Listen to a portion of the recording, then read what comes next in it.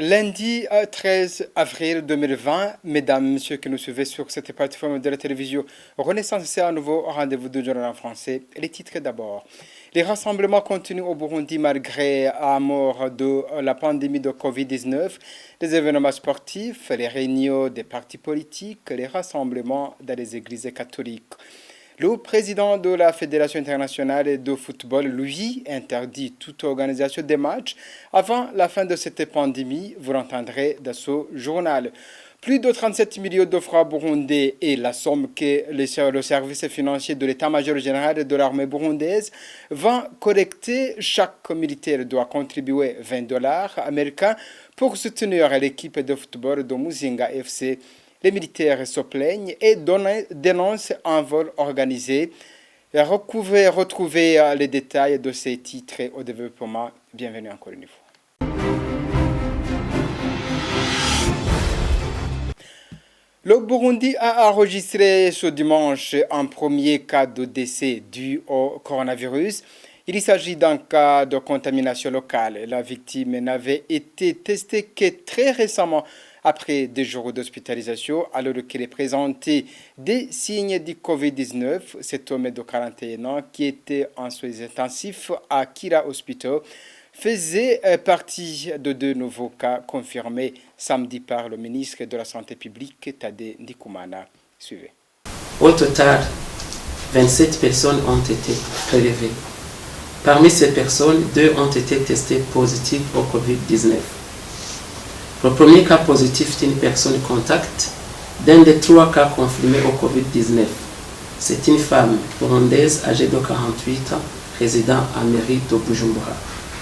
Le second cas positif est un Burundais de 41 ans, résident à mairie de Bujumbura, qui a été référé à Kira Hospital pour une meilleure prise en charge d'une pneumopathie par une structure sanitaire privée de Bujumbura.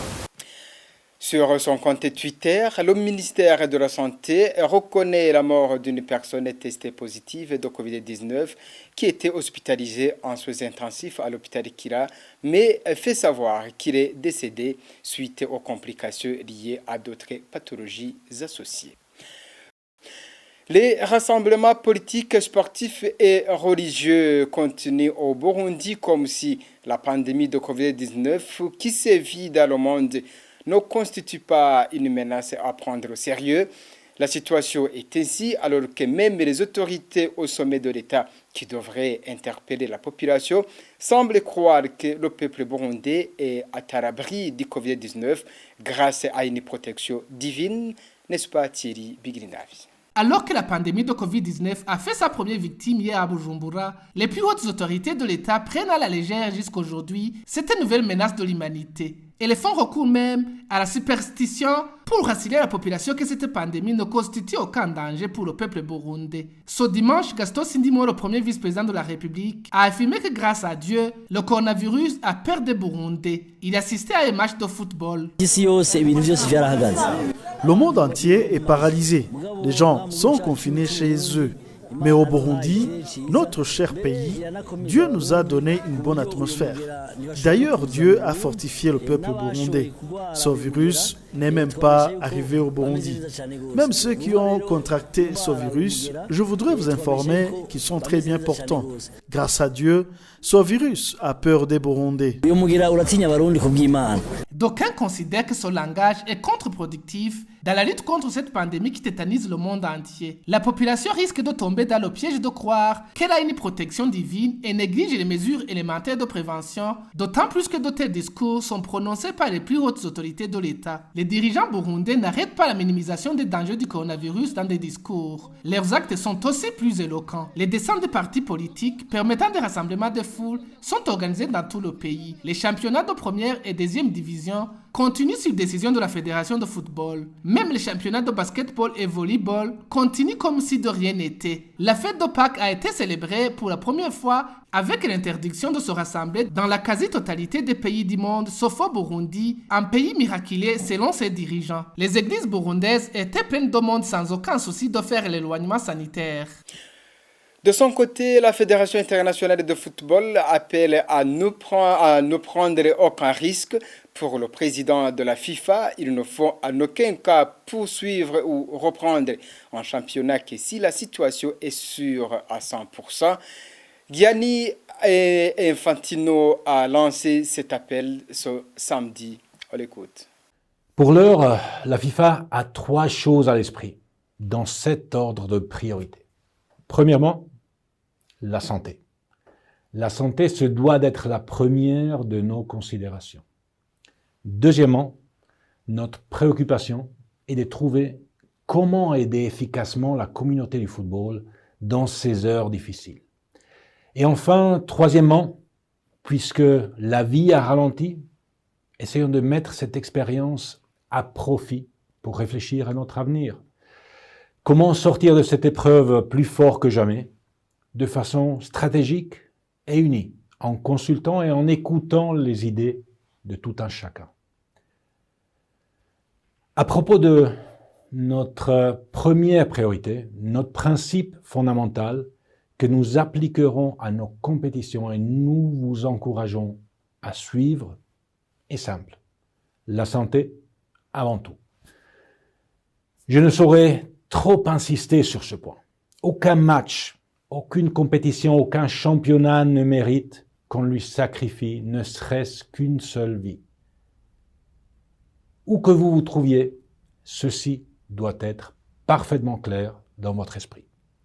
Il serait totalement irresponsable de reprendre les compétitions si la situation n'est pas sécurisée à 100%.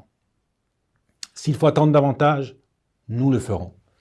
Mieux vaut patienter que de prendre le moindre risque.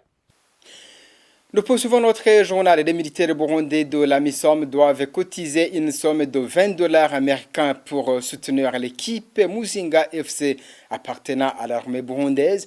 C'est avec indignation que les militaires de la MISOM déplorent cette contribution forcée. Ils demandent à l'Union africaine et à la MISOM de plaider pour eux parce que personne ne peut pas oser s'y opposer, craignant des représailles qui en suivront. Bertrand Ngendakulio pour les détails. Cette contribution apparaît dans une lettre officielle que le général de brigade Richard Banyangimbona a adressée aux différents responsables du 12e contingent avec copie au service financier de l'état-major général. Elle date du 10 avril 2020. L'officier supérieur rappelle que depuis 40 ans, l'équipe de Muzinga FC est soutenue par les militaires. Les $20 serviront à rehausser le niveau de cette équipe de l'armée burundaise.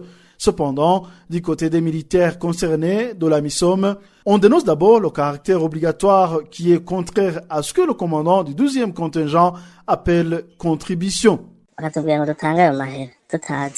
Il nous demande de contribuer par la force sans même nous informer sur la durée de cette contribution. Ils exigent qu'on signe cet engagement et qu'on leur notifie les numéros de nos comptes. Nous refusons ce vol organisé par le commandant du contingent burundais. Il nous menace que si jamais nous ne signons pas, notre sort sera scellé.